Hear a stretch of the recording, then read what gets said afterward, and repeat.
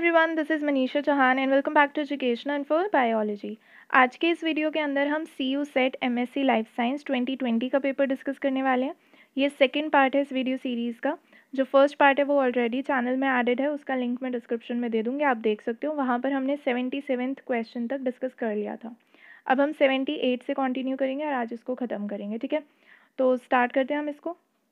Question number 78, which technique was used for qualitative estimation of DNA in plant extract. यहाँ पे जो term use किया है वो है क्वालिटेटिव एस्टिमेशन, ठीक है। ऑप्शन दिया हुआ है हमें centrifugation, electrophoresis and electroporation. Qualitative estimation का क्या मतलब होता है? जब मैं फ्रेगमेंट्स के टर्म में बात करूँगी ना, तो मतलब मैं क्वालिटी की बात कर रही हूँ।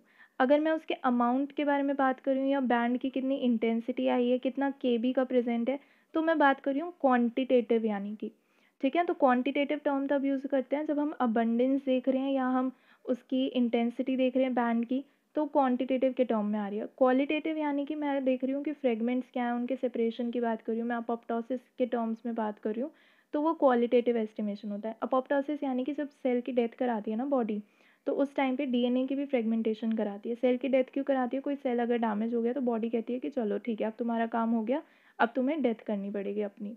तो वो कुछ ऐसी सिग्नलिंग चला देते हैं जिसकी वजह से उस सेल की डेथ हो जाती है। क्या उस सेल की डेथ किसी एक्सीडेंट की वजह से हुई या किसी वुंड की वजह से हुई? नहीं, बॉडी ने खुद कराया, ठीक है। तो इसको हम अपोप्टोसिस कहते हैं या फिर हम इसे कह देते हैं प्रोग्राम्ड सेल डेथ।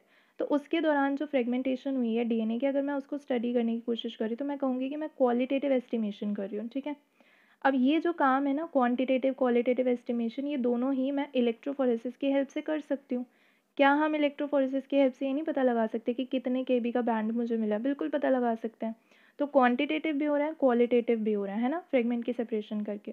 यहाँ पे जो ऑप्शंस दिए हुए हैं और जो क्वेश्चन में पूछा उसके अकॉर्डिंग हमारा बी आंसर होगा, दैट इज़ इलेक्ट्रोफोरेसिस। क्वेश्चन में पूछा है कि क्वालिटेटिव एस्टिमेशन मैं कैसे कर सकती हूँ। क्या मैं सेंट्रीफिकेशन करके क्वालिटेटिव एस्टिमेशन कर सकती हूँ? नहीं। क्या मैं इलेक्ट्रोपोरेशन करके क्वालिटेटिव एस्टिमेशन कर सकती हूँ? नहीं। इलेक्ट्रोपोरेशन होता क्या है? अगर मान लो मेरे पास कोई सेल है और उसकी प्लाज्मा मेम्ब्रेन है, उसको मैं चाहती हूँ कि मैं ज़्यादा परमिएबल बना दूँ। जो प्लाज्मा मेम्ब्रेन उस सेल की है, मैं चाहती हूँ कि उसकी परमिएबिलिटी को मैं इंक्रीज़ कर दूँ, तो मैं इलेक्ट्रिक फील्ड को यूज़ करूँगी। उस प्लाज्मा मेम्ब्रेन के अंदर पोरेशन हो जाएगी, जिसकी वजह से जो भी चीज़ मुझे उसके अंदर भेजनी है, चाहे वो कोई डीएनए है या कोई ड्रग है, कोई केमिकल है, वो उसके अंदर अपटेक हो जाएगा, ठीक है। तो उसकी जो परमिएबिलिटी है अगर मुझे बढ़ानी है सेल की, तो मैं इलेक्ट्रोपोरेशन करती हूँ। क्या मैं यहाँ पे कोई भी डीएनए का क्वालिटेटिव एस्टिमेशन कर रही हूँ? नहीं कर रही हूँ, ठीक है। तो यहाँ पे अगर मुझे कोई क्वालिटेटिव एस्टिमेशन करना है तो इन ऑप्शंस के अकॉर्डिंग बी ऑप्शन सबसे बेस्ट रहेगा, दैट इज़ इलेक्ट्रोफोरेसिस, जिसमें मैं आराम से क्वालिटेटिव एस्टिमेशन डीएनए का कर सकती हूँ। सो बी ऑप्शन आपका यहाँ पे करेक्ट हो जाता है। Next question, question number 79, which one of the following cloning vector incorporate highest length DNA fragment. इनमें से किस में सबसे बड़ा डीएनए फ्रेगमेंट मैं इंसर्ट कर सकती हूँ?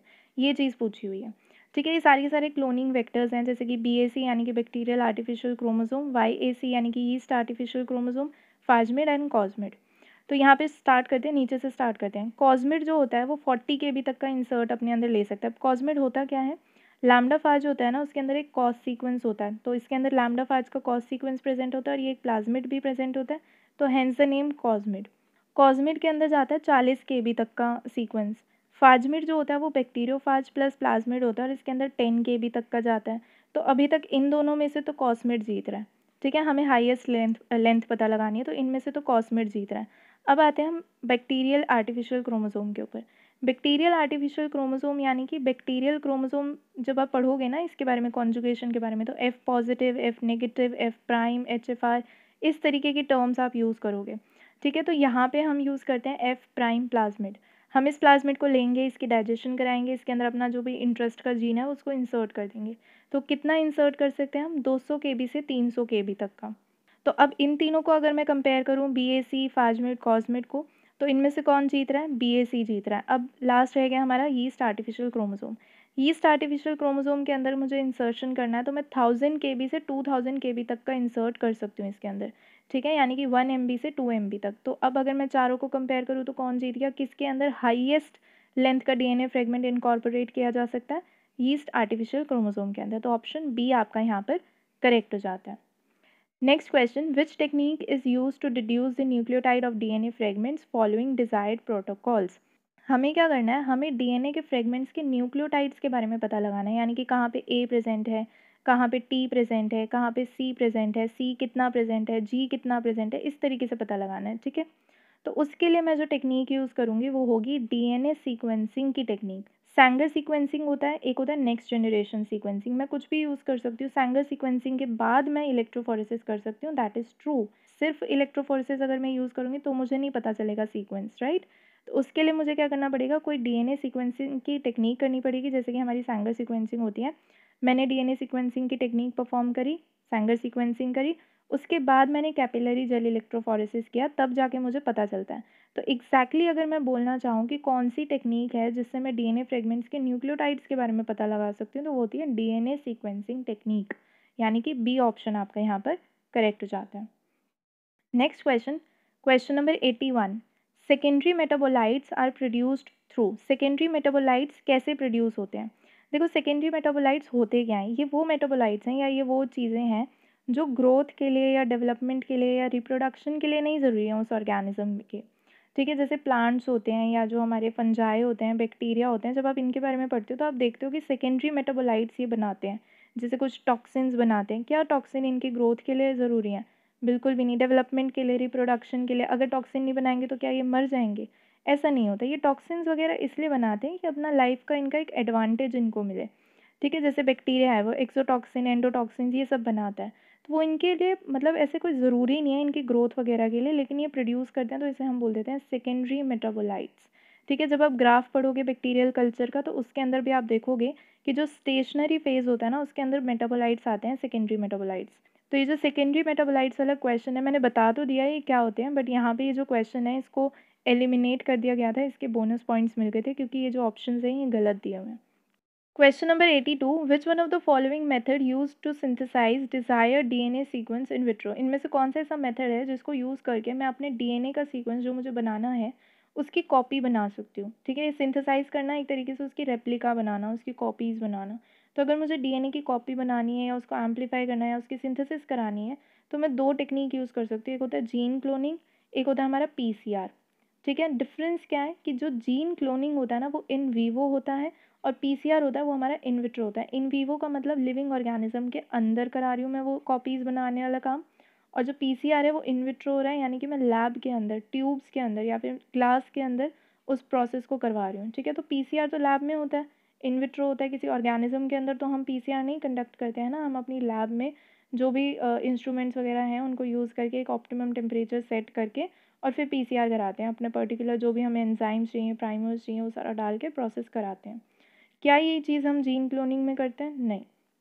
जीन क्लोनिंग में हम क्या करते हैं, हम लिविंग ऑर्गेनिज्म को यूज़ करते हैं। जैसे हमने बैक्टीरिया यूज़ कर लिया फॉर एग्जांपल, मैंने एक प्लाज्मिड लिया, उसकी मैंने डाइजेशन कराई, उसके अंदर जो भी मेरा जीन ऑफ इंटरेस्ट है जिसकी मुझे कॉपी बनानी मैंने उसके अंदर इंसर्ट कर दिया और फिर इसको मैंने जाके बैक्टीरिया में डाल दिया और बैक्टीरिया फिर इसकी कॉपी बना लेगा। क्वेश्चन में हमसे इन विट्रो पूछा हुआ है, तो अगर मुझे इन विट्रो करानी है, सिंथेसिस करानी है डीएनए की इन विट्रो, तो उसके लिए मैं क्या यूज़ करूँगी, पीसीआर यानी कि पॉलीमरेज चेन रिएक्शन यूज़ करूँगी। इसके अंदर ना जो आंसर की आई थी उसके अंदर पहले सी ऑप्शन ही दिया हुआ था, रिवाइज्ड आंसर की में उन्होंने डी कर दिया, बट इसका जो आंसर है वो सी ही रहेगा क्योंकि इन्होंने इन विट्रो पूछा है तो वो पीसीआर ही होता है। तो 82 का आपका आंसर क्या हो जाएगा, C. Next question, question number 83, the cDNA clones differ from the genomic DNA clone by. cDNA के क्लोन्स जीनोमिक डीएनए के क्लोन से कैसे डिफरेंट होते हैं? cDNA क्या होता है, जीनोमिक डीएनए क्या होता है, पहले ये देखेंगे और फिर हम देखेंगे कि इनका डिफरेंस क्या होता है। cDNA यानी कि कॉम्प्लीमेंट्री डीएनए, जीनोमिक डीएनए यानी कि जो न्यूक्लियस के अंदर पूरा का पूरा डीएनए प्रेजेंट है ना हमारा, उसको जीनोमिक डीएनए कह देते हैं, या फिर हम उसे जीडीएनए या फिर हम उसे डीएनए कह देते हैं, ठीक है। जब हम हमारे जीनोमिक डीएनए से आरएनए बनाते हैं तो उस प्रोसेस को क्या कहते हैं, हम ट्रांसक्रिप्शन कहते हैं। नाउ अगर मैं ऐसा कहूँ कि मैं आरएनए से वापस से एक डीएनए बनाना चाहती हूँ तो उस प्रोसेस को क्या कहेंगे, ये वाला प्रोसेस कहला रहा था ट्रांसक्रिप्शन। तो अगर मुझे वापस से जाना है आरएनए से डीएनए बनाना है तो मैं रिवर्स जा रही हूँ, हाँ मैं रिवर्स जा रही हूँ, तो इस प्रोसेस को कहेंगे आरएनए से डीएनए बनाने को reverse transcription.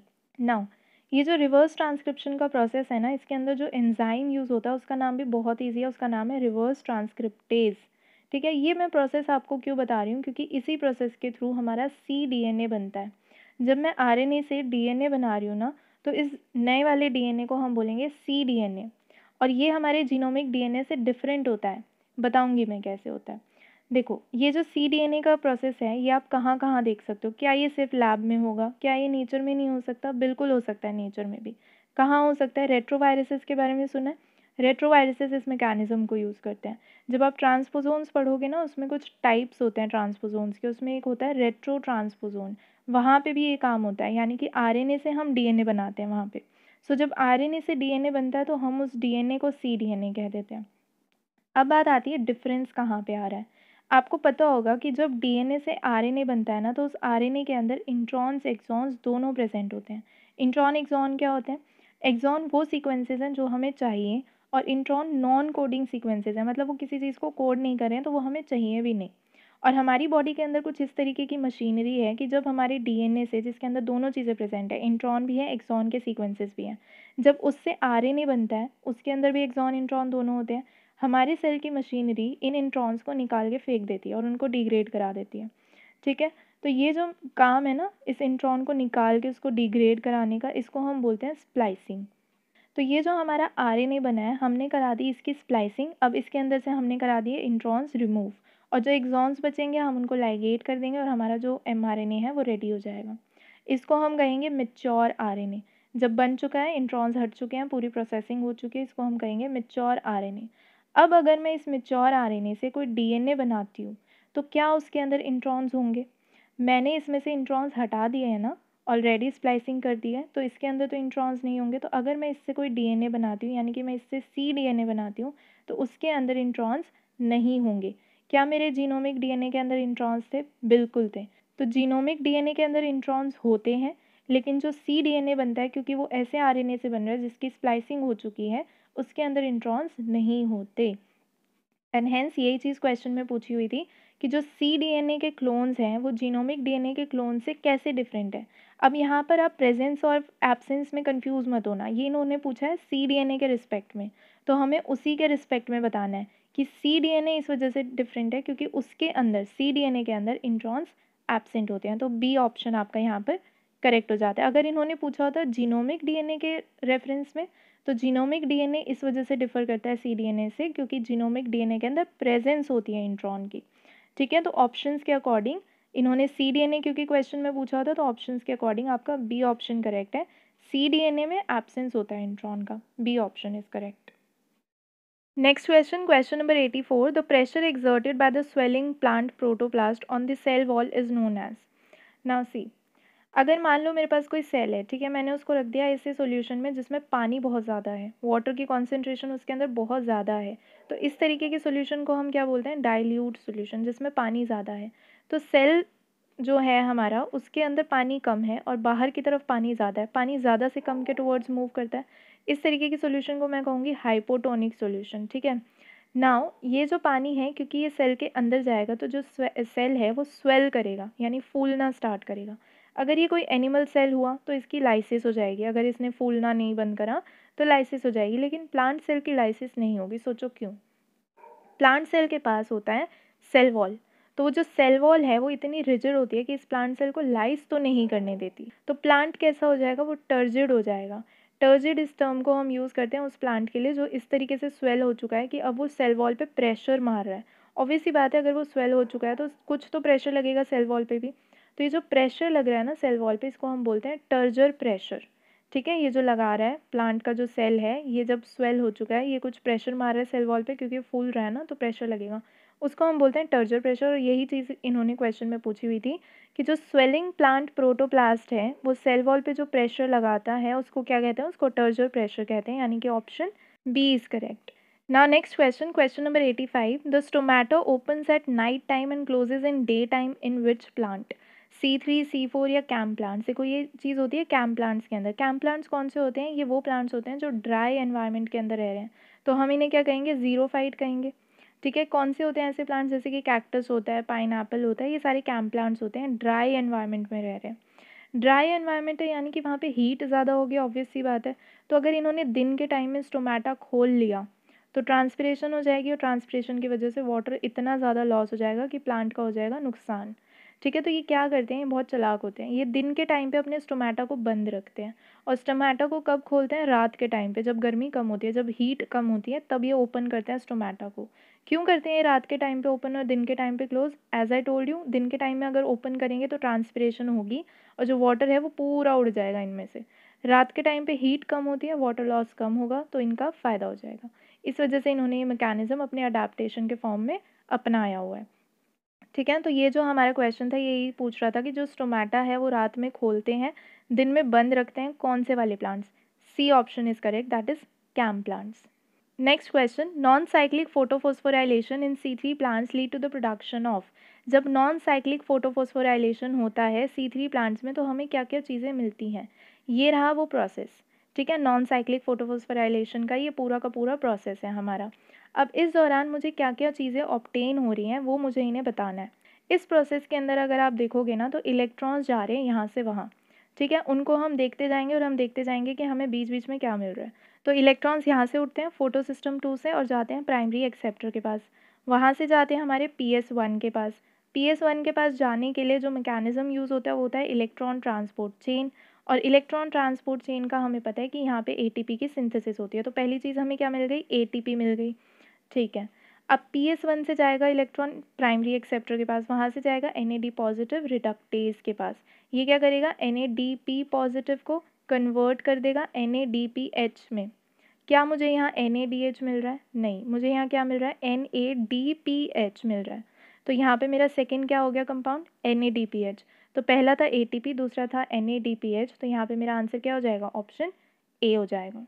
Next question, question number 87. How many number of ATP molecules will be generated by the oxidation of one molecule of glucose through the aerobic respiration? तो हमारे पास एक ग्लूकोज का molecule है और aerobic respiration बोला हुआ है, यानी कि ऑक्सीजन यहाँ पर यूज़ होगी। और क्योंकि ऑक्सीजन यूज़ होगी तो कौन कौन से प्रोसेसेस चलेंगे, ग्लाइकोलिसिस चलेगा, TCA चलेगा, ETC चलेगा, सारा का सारा प्रोसेस जो है वो एंड तक कंप्लीट होगा। अब पूछा यह है कि ATP मॉलिक्यूल्स कितने बनेंगे इन सारे के सारे प्रोसेसेस में, तो एक एक करके देखते हैं। सबसे पहले आता है हमारा ग्लाइकोलिसिस। ग्लाइकोलिसिस के अंदर हमें नेट ATP कितने मिलते हैं, 2।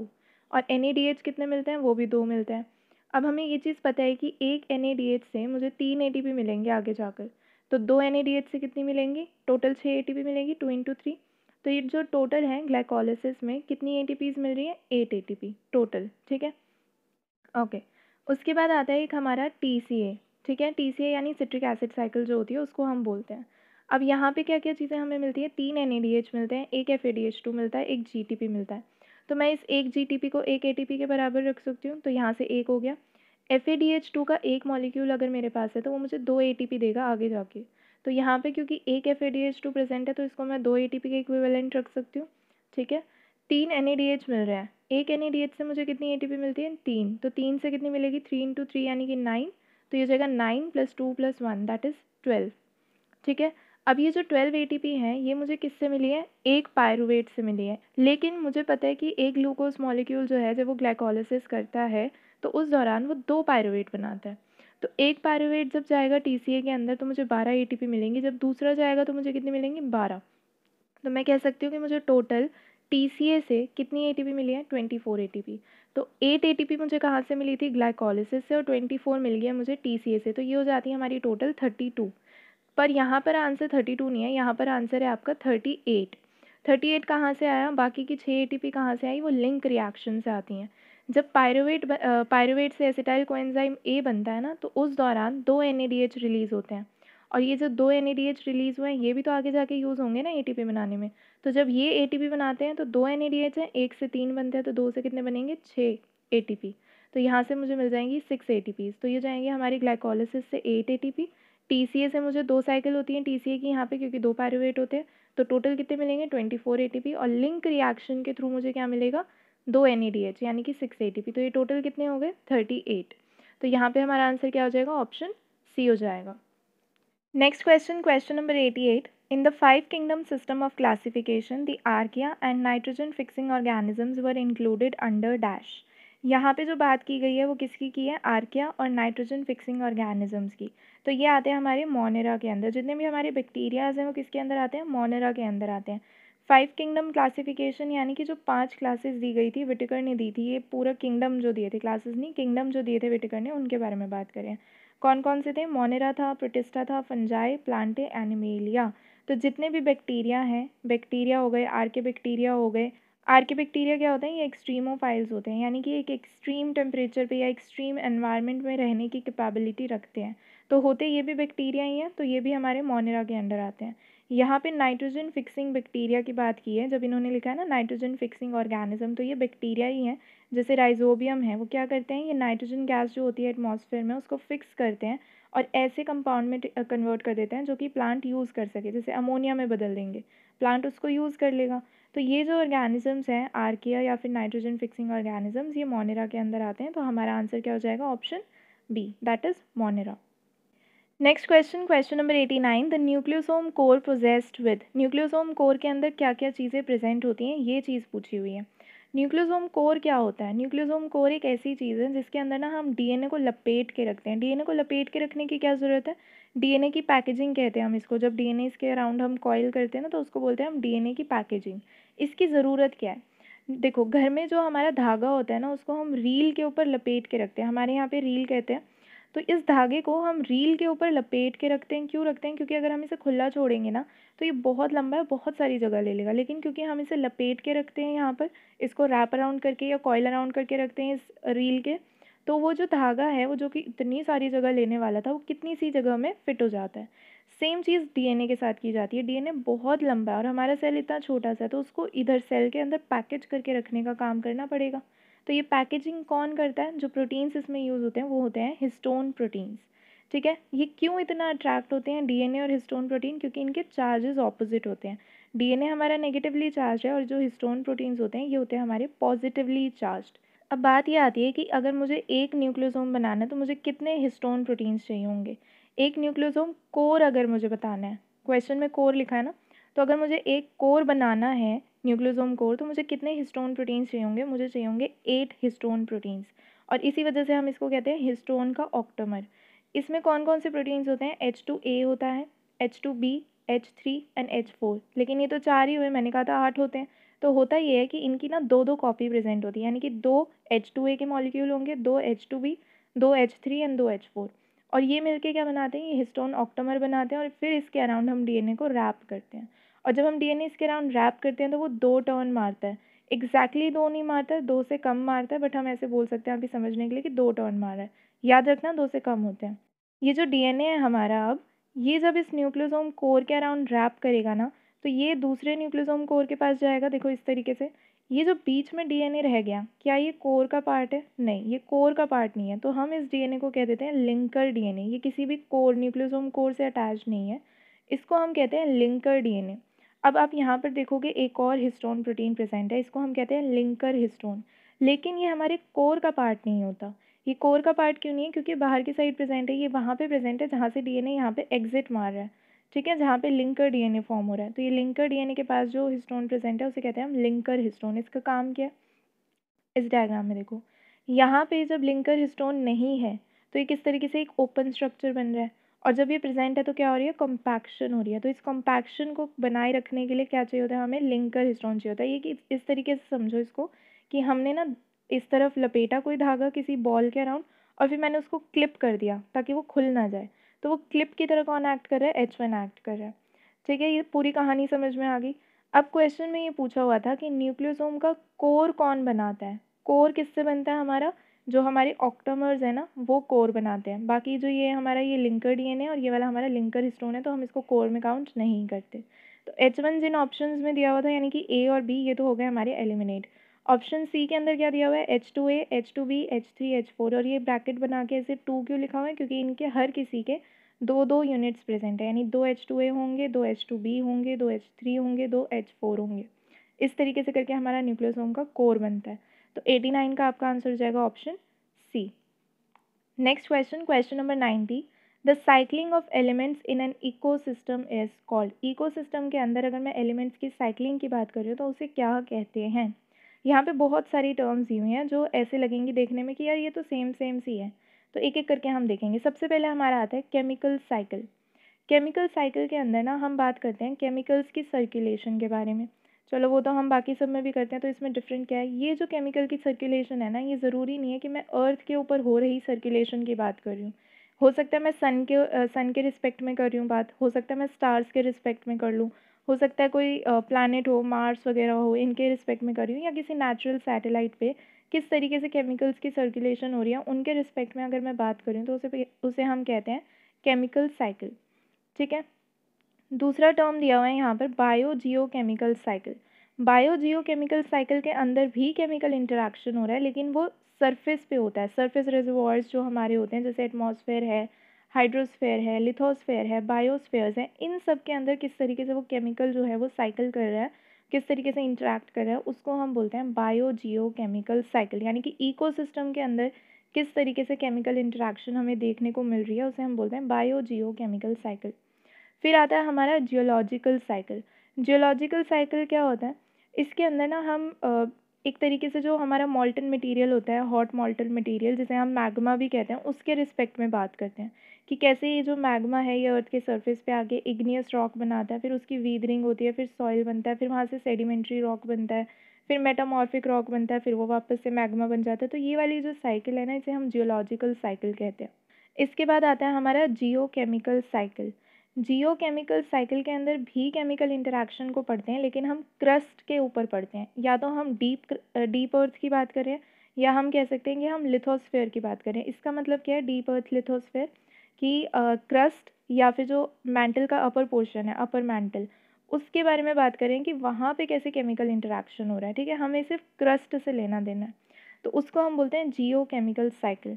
अब हमसे पूछा हुआ था कि इकोसिस्टम के अंदर जब कोई एलिमेंट की साइक्लिंग होती है तो उसे क्या कहते हैं। जब भी कोई केमिकल हमारे इकोसिस्टम के अंदर, यानी हमारे हर डोमेन जो होता है इकोसिस्टम का, हम उसकी बात करें, एटमॉस्फेयर हो गया, हाइड्रोस्फेयर हो गया, लिथोस्फेयर, बायोस्फेयर, इनके अंदर किस तरीके से केमिकल इंटरेक्ट करते हैं, हम उसकी बात करते हैं। और ये चीज़ का जब हम पढ़ते हैं तो उसे हम बायो जियो केमिकल साइकिल कहते हैं। तो इकोसिस्टम के रिस्पेक्ट में अगर हम केमिकल इंट्रैक्शन पढ़ रहे हैं तो वो बायो जियो केमिकल साइकिल हो जाती है, यानी कि ऑप्शन बी आपका यहाँ पर करेक्ट हो जाएगा। नेक्स्ट क्वेश्चन आता है question number 91। Which one of the following is most appropriately describing the term cell line. इनमें से कौन सी ऐसी चीज़ है जो सेल लाइन को एकदम करेक्टली डिस्क्राइब कर रही है। देखो यहाँ पे एक टर्म यूज़ की गई है प्राइमरी कल्चर। मान लो मेरे पास कोई ऑर्गन है, ठीक है, उसमें से कुछ टिश्यूज़ निकाले या मैंने उसमें से सेल्स निकाल लिए। ठीक है, इन टिश्यू या सेल को मैंने कल्चर कर दिया। क्या मैंने इन्हें किसी और कल्चर में से उठा के कल्चर किया है? नहीं, मैंने इन्हें किसी और कल्चर में से तो नहीं लिया है, हमने तो डायरेक्टली टिश्यूज़ या सेल को उठा के उसमें से कल्चर किया है ना। तो इस तरीके का जो कल्चर है, जो मैं डायरेक्टली टिश्यू या सेल को कल्चर कर रही हूँ, उस पर्टिकुलर ऑर्गन से लेके या कहीं से भी लेके कोई सेल ले लिया मैंने, उसकी कल्चरिंग कर रही हूँ, लेकिन मैंने वो किसी कल्चर में से नहीं निकाला था सेल, तो उसको हम कहेंगे प्राइमरी कल्चर। ठीक है, प्राइमरी कल्चर समझ में आया। अब अगर मैं इस प्राइमरी कल्चर में से जो मैंने सेल्स बनाए थे, प्राइमरी कल्चर किए थे, उसमें से कुछ सेल्स उठा के और उनकी रीकल्चरिंग कर दूँ, उनको फिर से कल्चर कर दूँ, मतलब कल्चर में से निकाल के मैंने कल्चर प्रिपेयर कर दिया, तो उसको हम कहते हैं कि हमने एक सेल लाइन प्रिपेयर कर दी। और इस तरीके के कल्चर के प्रोसीजर को हम बोलते हैं सेकेंडरी कल्चर की प्रिपरेशन हुई है। ठीक है, तो जब मैं डायरेक्टली किसी टिश्यू या सेल को कल्चर कर रही हूँ तो उसे प्राइमरी कल्चर कहते हैं। और जब इस प्राइमरी कल्चर में से मैं रीकल्चर करती हूँ या मैं सब कल्चरिंग करती हूँ तो उससे बोलते हैं हम कि सेल लाइन मैंने प्रिपेयर की है। ठीक है, ये सारा का सारा काम कहाँ पे हो रहा है, इन विट्रो हो रहा है। तो इसको हम कहते हैं सेल लाइन की प्रिपरेशन। तो कहाँ से किया हमने, प्राइमरी कल्चर से सब कल्चर कर दिया, उसको हम सेल लाइन कह देते हैं। तो ऑप्शन बी आपका यहाँ पर करेक्ट हो जाता है। Next question, question number 92। The enzyme used in standard PCR based gene amplification is. Standard PCR यानी कि जो पॉलीमरेज चेन रिएक्शन होती है जिसमें हम जीन की एम्पलीफिकेशन करते हैं, यानी उसकी बहुत सारी कॉपीज़ बना देते हैं, उसको हम बोलते हैं जीन को हमने एम्पलीफाई कर दिया। ठीक है, तो इस पीसीआर के अंदर जो एंजाइम यूज़ होता है वो कौन सा होता है। देखो पीसीआर के अंदर ना जो हम टेम्परेचर यूज़ करते हैं वो बहुत ज़्यादा टेम्परेचर होता है, लाइक 90 डिग्री से भी ज़्यादा का टेम्परेचर हम यूज़ करते हैं। क्यों करते हैं, हमें डीनेचुरेशन करनी है, बहुत सारा प्रोसीजर है, 3 स्टेप्स होते हैं, डिफरेंट डिफरेंट टेम्परेचर पे हमें उसे रन करना पड़ता है। तो हमें एक ऐसा पॉलीमरेज चाहिए जो कि हीट टॉलरेंट हो, यानी कि थर्मोस्टेबल हो, यानी हाई टेम्परेचर पे वो ख़राब ना हो जाए वो पॉलीमरेज, है ना, ठीक से काम कर ले। तो क्या हम अपनी बॉडी का पॉलीमरेज यूज़ कर सकते हैं, नहीं कर सकते, वो बॉडी टेम्परेचर पे वर्क कर रहा है। तो हमें एक ऐसा पॉलीमरेज चाहिए जो हाई टेम्परेचर पे वर्क कर सके। तो उसके लिए हमने क्या किया, हमने थर्मस एक्वाटिकस करके जो ऑर्गेनिज्म है उसका पॉलीमरेज यूज़ करना शुरू किया क्योंकि वो थर्मोस्टेबल था। अब ये थर्मस एक्वाटिकस का जो टी है वो ले लिया, एक यू ले लिया, इसको बोलने लगे हम टैक पॉलीमरेज। ठीक है, ये है तो डीएनए पॉल ही, लेकिन ये हमारा नहीं है, ये किसी और ऑर्गेनिज्म का हमने लिया और उस ऑर्गेनिज्म के अकॉर्डिंग इसका नाम रख दिया गया है टैक पॉलीमरेज। ये हीट टॉलरेंट होता है, ये एक डीएनए पॉलीमरेज 1 ही है। ठीक है, तो यहाँ पे जो एंजाइम हमने स्टैंडर्ड पीसीआर में यूज़ किया है वो टैक पॉलीमरेज यूज़ किया, और क्यों यूज़ किया, क्योंकि ये हाई टेम्परेचर पे स्टेबल होता है इसलिए यूज़ किया। ठीक है, तो 92 का आपका आंसर हो जाएगा A option. Next question, question number 93, the resolving power of the microscope can be increased by. यहाँ पे रिजॉल्विंग पावर को बढ़ाने की बात की गई है, तो पहले हमें पता होना चाहिए कि भाई रिजॉल्विंग पावर होता क्या है। मान लो मेरे पास कोई दो ऑब्जेक्ट्स हैं जो कि बहुत पास पास प्रेजेंट है, वो बहुत ही ज़्यादा पास पास प्रेजेंट है। मेरे पास दो माइक्रोस्कोप हैं, ठीक है। एक ऐसा माइक्रोस्कोप है जो इन पास पास प्रेजेंट ऑब्जेक्ट्स को ना दूर दूर करके दिखा सकता है। माइक्रोस्कोप क्या करते हैं, हमें ये चीज़ करते हैं, रिजॉल्व करके दिखा देते हैं चीज़ों को, फिर हमें वो क्लियरली दिखने लगती है। ओके, तो मेरे पास जो माइक्रोस्कोप ए है वो इन दोनों को, जो ऑब्जेक्ट्स बहुत ही पास पास प्रेजेंट है, उनको दूर दूर करके दिखाने में सक्सेसफुल हो रहा है, और जो दूसरा माइक्रोस्कोप है वो नहीं कर पा रहा है। तो मैं क्या बोलूँगी कि कम डिस्टेंस के ऑब्जेक्ट्स को भी ये दूर दूर करके दिखा पा रहा है माइक्रोस्कोप, तो ये तो हमारा बड़ा अच्छा रिजॉल्विंग पावर वाला माइक्रोस्कोप है। ठीक है, तो जो माइक्रोस्कोप कम डिस्टेंस को भी अच्छे से दिखा पा रहा है, मैं क्या कह रही हूँ, उसकी रिजॉल्विंग पावर क्या है, ज़्यादा। डिस्टेंस कम है, रिजॉल्विंग पावर क्या है, ज़्यादा है इसकी। लेकिन कोई माइक्रोस्कोप ऐसा है जो इतने ज़्यादा डिस्टेंस पे हो कोई मॉलिक्यूल, तभी उसको रिजॉल्व करके दिखा पाएगा। तो मैं क्या बोलूँगी, डिस्टेंस ज़्यादा, रिजॉल्विंग पावर कम। तो ये जो है ना इन्वर्सली प्रोपोर्शनल होता है, रिजॉल्विंग पावर भी और डिस्टेंस एक दूसरे के क्या होते हैं, इन्वर्सली प्रोपोर्शनल होते हैं। अगर कोई रिजॉल्विंग पावर मैं कह रही हूँ कि ज़्यादा है उसकी, यानी कि वो कम डिस्टेंस को भी अच्छे से रिजॉल्व करके दिखा देगा। ठीक है, नाउ फॉर्मूला पे आते हैं। ये जो रिजॉल्विंग पावर है ये डिस्टेंस के इन्वर्सली प्रोपोर्शनल है। इस फॉर्मूला के अकॉर्डिंग देखो, यहाँ पे न्यूमेरिकल अपर्चर से रिजॉल्विंग पावर डायरेक्टली प्रोपोर्शनल है। डायरेक्टली प्रोपोर्शनल यानी कि सामने सामने आ रहा है। ठीक है, और लैम्डा यानी कि वेवलेंथ से कैसे है, इन्वर्सली प्रोपोर्शनल है, क्योंकि ऊपर है रिजॉल्विंग पावर और लैम्डा नीचे है, सामने सामने नहीं आ रहा है। सामने सामने आता है तो हम बोलते हैं डायरेक्टली प्रोपोर्शनल है, और ऊपर और नीचे है तो हम इसे बोलते हैं इन्वर्सली प्रोपोर्शनल है। अब इसका मतलब ये होता है डायरेक्टली प्रोपोर्शनल का, कि अगर मैं रिजॉल्विंग पावर को बढ़ाऊंगी तो मेरा न्यूमेरिकल अपर्चर बढ़ना चाहिए, या मैं न्यूमेरिकल अपर्चर को बढ़ाऊंगी तो मेरा रिजॉल्विंग पावर बढ़ना चाहिए। इस तरीके से करके होता है। तो अगर कोई चीज़ डायरेक्टली प्रोपोर्शनल है तो एक के बढ़ने से दूसरी भी बढ़ेगी। ठीक है, और इन्वर्सली प्रोपोर्शनल है तो उल्टा हो जाता है, कि अगर एक चीज़ बढ़ रही है ना तो दूसरी कम हो जाएगी। अगर लैम्डा बढ़ा दूंगी ना मैं, तो रिजॉल्विंग पावर कम हो जाएगी। अब यही चीज़ इन्होंने क्वेश्चन में बोली है कि इन्हें चाहिए रिजॉल्विंग पावर ज़्यादा, इंक्रीज़ करनी है। तो अगर मुझे रिजॉल्विंग पावर इंक्रीज़ करना है और वो एन के डायरेक्टली प्रोपोर्शनल है, तो मैं एन को इंक्रीज़ करूँगी, और लैम्डा के इन्वर्सली प्रोपोर्शनल है यानी वेवलेंथ के इन्वर्सली प्रोपोर्शनल है, तो मैं वेवलेंथ को डिक्रीज़ करूँगी। ठीक है, तो ऑप्शन बी में क्या बोला हुआ है कि शॉर्टर वेवलेंथ यानी डिक्रीज्ड वेवलेंथ और इंक्रीज इन न्यूमेरिकल अपर्चर, इन दोनों चीज़ों से मेरा क्या हो जाएगा, रिजॉल्विंग पावर इंक्रीज हो जाएगी, इसलिए B option is correct. Next question, question number 94, according to Beer Lambert's law absorbance is. Beer Lambert's law के अकॉर्डिंग एब्जॉर्बेंस किसके डायरेक्टली प्रोपोर्शनल है या इन्वर्सली प्रोपोर्शनल है, ये पूछा हुआ है। अगर मैं आपको यहाँ पर फॉर्मूला दिखाऊँ, अभी मैंने बताया था डायरेक्टली और इन्वर्सली का क्या सीन होता है। ठीक है, फॉर्मूला रहा ये, absorbance is equals to epsilon L C. C is your concentration of solution, यहाँ पे ये ऑप्टिकल पाथ लेंथ है और ये हमारा कांस्टेंट है एप्सिलॉन। अब यहाँ पे इन्होंने पूछा है कि जो एब्जॉर्बेंस है वो कॉन्सेंट्रेशन के डायरेक्टली प्रोपोर्शनल है कि इन्वर्सली प्रोपोर्शनल है। क्या ये ऊपर नीचे की तरफ प्रेजेंट है, नहीं, तो ये क्या है, ये डायरेक्टली प्रोपोर्शनल है, क्योंकि ये सामने सामने प्रेजेंट है। सिंपल सा क्वेश्चन, तो फॉर्मूला देख के पता चल रहा है कि डायरेक्टली प्रोपोर्शनल है, तो बी ऑप्शन आपका यहाँ पे करेक्ट हो जाता है। Next question, the tendrils of garden pea coiling around any support during long day is known as. अब यहाँ पर देखो, एक तो इन्होंने प्लांट्स की बात कर दिया है ना, और दूसरा ये कह रहे हैं कि अगर इसे सपोर्ट मिलेगा तो ये कॉइल अराउंड करेगा, तो ये एक डायरेक्शन में ही करेगा, है ना। तो यहाँ पे कुछ टर्म्स यूँ ही हैं, एक एक करके समझते हैं, फिर समझ में आ जाएगा कि आंसर क्या है इसका।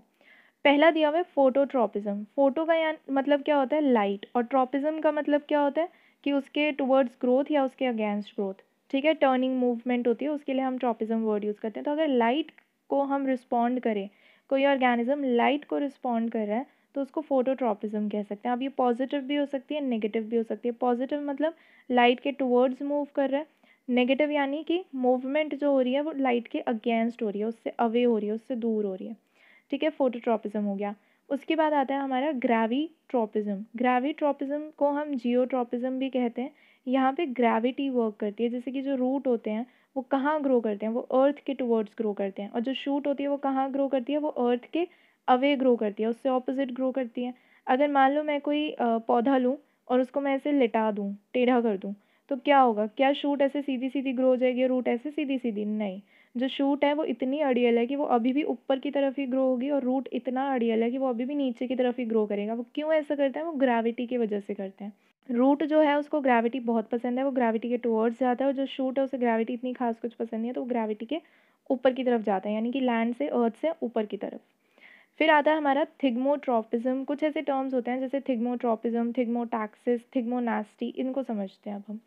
थिग्मो का मतलब होता है टच, तो कहीं भी अगर थिग्मो टर्म आएगा तो मतलब वो टच की बात कर रहे हैं, कोई भी रिस्पॉन्स आ रहा है वो टच के रिस्पॉन्स आ रहा है, टच के अगेंस्ट एक्शन जनरेट हो रहा है। टैक्सिस का मतलब होता है मूवमेंट या एक्शन। ट्रॉपिज्म का भी मतलब होता है ग्रोथ करना या टर्निंग मूवमेंट, ये सारा। जब हम ट्रॉपिज्म टर्म यूज़ कर रहे हैं, थिग्मोट्रॉपिज्म, तो वो हम प्लांट्स के रिस्पेक्ट में कर रहे हैं। अगर मैं टर्म यूज़ कर रही हूँ थिग्मोटैक्सिस, तो वो मैं एनिमल्स के रिस्पेक्ट में कर रही हूँ। ठीक है, अब ये जो टच है उसके लिए जो एक्शन जनरेट हुआ है, मतलब मैंने किसी चीज़ को टच किया और उसने कुछ एक्शन जनरेट किया, अब वो जो एक्शन है वो डायरेक्शनल भी हो सकता है, वो नॉन डायरेक्शनल भी हो सकता है। अगर वैसे रैंडम सी मूवमेंट हो रही है, नॉन डायरेक्शनल हो रहा है, तो हम उसे कहेंगे कि ये थिग्मोनास्टी है। ठीक है, क्योंकि ये टच के रिस्पॉन्स में मूवमेंट हो रही है और वो भी नॉन डायरेक्शनल, तो हो जाएगी थिग्मोनास्टी। और अगर जो एक्शन जनरेट हो रहा है वो डायरेक्शन में हो रहा है एक पर्टिकुलर, यानी कि वो डायरेक्शनल एक्शन है, तो हम उसे कहेंगे कि ये थिग्मोट्रॉपिज्म हो रही है। क्वेश्चन में जिसकी बात की गई थी, टेंड्रिल्स जो हैं वो सपोर्ट लेके ग्रो करते हैं, क्या वो नॉन डायरेक्शनल ग्रो कर रहे हैं कि वो कहीं भी ग्रो कर जाएंगे, इधर उधर निकल जाएंगे? ऐसा नहीं है, वो डायरेक्शनल ग्रो कर रहे हैं। तो इसी वजह से मैं कहूँगी कि ये ट्रॉपिज्म हो रहा है, नास्टी नहीं हो रहा है। और वो टच के रिस्पॉन्स में कर रहे हैं, उनको एक सपोर्ट मिला है, सॉलिड सपोर्ट, वो एक टच की तरह एक्ट करेगा, टच के रिस्पॉन्स में कर रहे हैं, इस वजह से थिग्मो टर्म यहाँ पर यूज़ होगा। प्लांट्स की बात कर रहे हैं, डायरेक्शनल हो रहा है, इसी वजह से थिग्मो ट्रॉपिज्म हो रहा है। तो यहाँ पे आपका D option is correct. Next question, question number 96, what do you mean by apoptosis? इसके बारे में मैं बता चुकी हूँ, बट अब थोड़ा सा प्रिसाइज तरीके से बताती हूँ। देखो, हमारी बॉडी के अंदर ना बहुत सारे सेल्स हैं, है ना? ऐसा तो नहीं है कि हर सेल जो है वो ज़िंदगी भर वही बना रहेगा। कुछ सेल्स होते हैं जिनकी डेथ करानी ज़रूरी होती है। कुछ, जैसे मान लो अगर कोई कैंसर का सिग्नल आ रहा है, ठीक है, कि भाई इस सेल में तो कैंसर हो रहा है, तो उसकी अपोप्टोसिस करा दी जाएगी। ठीक है, सेनेसेंस के टाइम पे अपोप्टोसिस होती है। तो ये जो अपोप्टोसिस है ना, ये बॉडी खुद कराती है, खुद के मैकेनिज्म से कराती है, किसी एक्सीडेंट की वजह से नहीं हुआ है। ये सेल डेथ इस वजह से नहीं हुई कि आपको कोई चोट लग गई थी, नहीं। ये क्यों हुई है? क्योंकि बॉडी चाहती है कि उस सेल की डेथ हो, अब बहुत हो गया उस सेल का, अब उसे मारना पड़ेगा। ठीक है, या तो कोई कैंसर का सिग्नल आ गया तब भी ये चीज़ चलती है। तो अपोप्टोसिस को हम प्रोग्राम्ड सेल डेथ कहते हैं, क्योंकि सेल की डेथ ज़रूर हो रही है, बट कौन करा रहा है? बॉडी खुद करा रही है, एक प्रोग्रामिंग के तहत करा रही है।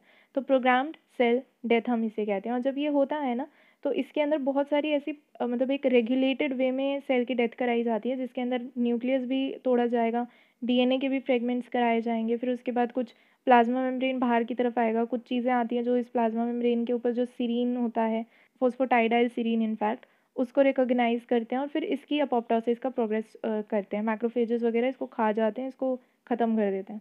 तो ये जो पूरा प्रोसेस है बहुत ही इंटरेस्टिंग प्रोसेस है, इसको हम कहते हैं प्रोग्राम्ड सेल डेथ। तो यहाँ पे यही पूछा था कि अपोप्टोसिस क्या होता है, इसको हम प्रोग्राम्ड सेल डेथ कहते हैं। A option is correct. Next question, during gastrulation, gastrulation यानी कि जो 3 जर्म लेयर्स बनती है ना हमारी बॉडी के अंदर, जब हमारा जो ब्लास्टोडर्म है वो रेडी हो चुका है, उसके बाद जो सेल्स हैं वो अब आगे डिवाइड नहीं करना चाहते, अब वो क्या करेंगे? अब वो मूव करेंगे। तो जब वो मूवमेंट कर रहे हैं उस प्रोसेस को हम गैस्ट्रुलेशन कह देते हैं। तो during gastrulation the developing embryo undergoes reorganisation of the cell into a multi layered structure. और ये जो रीऑर्गेनाइजेशन है ये कैसे हो रही है? सेल की मूवमेंट के थ्रू हो रही है। And each of the layer will be differentiated into distinct parts in a fully developed organism। और हर लेयर से पार्ट्स बनेंगे हमारी बॉडी के। क्या होता है देखो मैं बताती हूँ। हमारी बॉडी के अंदर जैसे मैंने बताया कि वो जो सेल्स हैं वो मूव करना शुरू करते हैं, मूव करके वो करना क्या चाह रहे हैं? वो 3 लेयर्स बनाना चाह रहे हैं। कौन कौन सी? Ectoderm, endoderm, mesoderm. सबसे बाहर होती है एक्टोडर्म, फिर मेसोडर्म और अंदर एंडोडर्म होती है। अब होता क्या है, ये 3 लेयर बनाने का मतलब क्या है, ये क्यों बनाई जा रही है? क्योंकि इन्हीं 3 लेयर से ना हमारी पूरी की पूरी बॉडी के ऑर्गन्स बनते हैं। जो भी हमारी बॉडी के अंदर पार्ट्स दिख रहे हैं ना, वो इन्हीं 3 लेयर्स से बनने वाले हैं।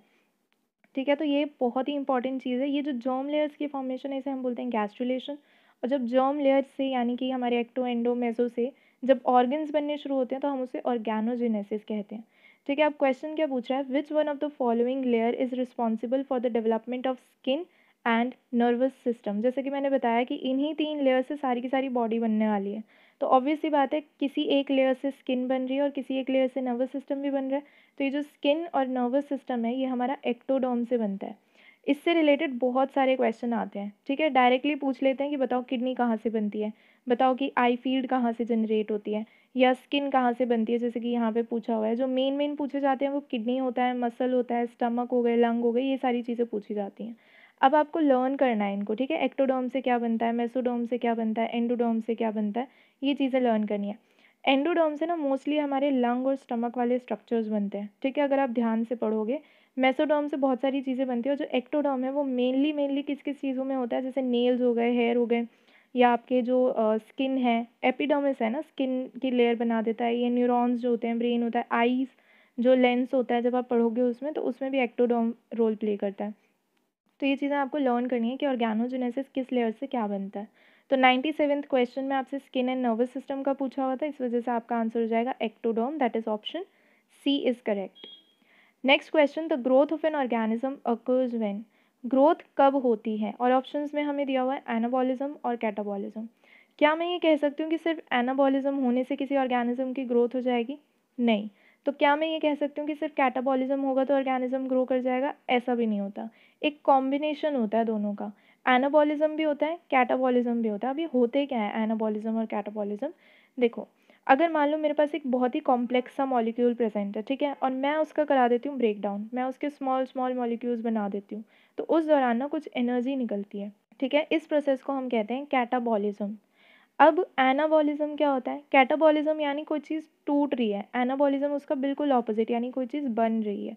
छोटे छोटे मॉलिक्यूल से मैं एक कॉम्प्लेक्स मॉलिक्यूल बना देती हूँ, और इस प्रोसेस के अंदर एनर्जी मुझे चाहिए होगी, इस रिएक्शन को एनर्जी चाहिए, और कैटाबॉलिज्म वाली जो रिएक्शन है उसके अंदर एनर्जी निकलती है। अब इसको याद कैसे करोगे, कैटाबॉलिज्म में कैट आ रहा है, cat is equivalent to cut, तो किसी चीज़ को कट करते हो तो वो छोटा छोटा बन जाता है, तो कट कैटाबॉलिज्म, इस तरीके से आप लर्न कर सकते हो। कैटाबॉलिज्म में एनर्जी निकलती है बाहर, मतलब एनर्जी प्रोड्यूस होती है, और एनाबॉलिज्म में एनर्जी यूटिलाइज होती है। अब ये बोल रहे हैं कि हमें ग्रोथ करानी है, देखो चाहिए हमें दोनों प्रोसेस, नो डाउट, लेकिन एनाबॉलिज्म जो है वो कैटाबॉलिज्म से ज़्यादा चाहिए। ठीक है, तो इसी वजह से हमारा ए ऑप्शन आंसर हो जाएगा, क्योंकि इन्होंने ग्रोथ की बात की है। ठीक है, तो एनाबॉलिज्म को हायर रहना पड़ेगा कैटाबॉलिज्म से। Option A is correct. Next question, question number 99, name the unique cytokinin present in the tender coconut milk abundantly. Coconut milk के अंदर अबंडेंटली यानी कि ज़्यादा अमाउंट में पाया जाने वाला साइटोकाइनिन कौन सा होता है? तो जो कोकोनट है ना उसके अंदर जो साइटोप्लाज्मिक डिवीजन होती है वो साइटोकाइनिन्स की वजह से होती है, और इसमें सबसे ज़्यादा कौन सा प्रेजेंट होता है, जियाटिन प्रेजेंट होता है। So option D is correct over here. Next question, the principle of numerical taxonomy in plant system was developed by. Numerical taxonomy जो प्लांट सिस्टम में हम पढ़ते हैं, वो जो कॉन्सेप्ट है वो किसने दिया था, वो पीटर स्मिथ एंड रॉबर्ट सोकल ने दिया था। यहाँ पे स्पेलिंग गलत है, इट इज़ सोकल। एंड ये जो रॉबर्ट सोकल हैं ये फादर ऑफ न्यूमेरिकल टेक्सोनॉमी भी कहलाते हैं, इन्होंने न्यूमेरिकल टेक्सोनॉमी को कॉन्सेप्ट दिया था दोनों ने मिलके। तो ऑप्शन यहाँ पर B is correct. So that's it for today, इतना ही था। इसके अंदर 100 क्वेश्चन हैं, आज हमने सारे कंप्लीट कर लिए। इसका फर्स्ट पार्ट जो है वो उसका लिंक मैं डिस्क्रिप्शन में डाल दूँगी, आप वहाँ से देख सकते हो। इसके अलावा मैंने एक सी यू सेट की वीडियो बनाई है जिसमें आपको सारी की सारी इन्फॉर्मेशन मिल जाएगी कि सी यू सेट क्या है, and everything that you need to know about this examination वो उस वीडियो में आपको मिल जाएगा। सो डू वॉच इट, वो चैनल पे अपलोडेड है, एंड उसका भी लिंक मैं डिस्क्रिप्शन में दे दूँगी, वैसे you can watch it from there. And that's it guys, and if you like the video, do hit the like button, share it with your friends, and do subscribe the channel. Thank you so much, bye bye, all the best.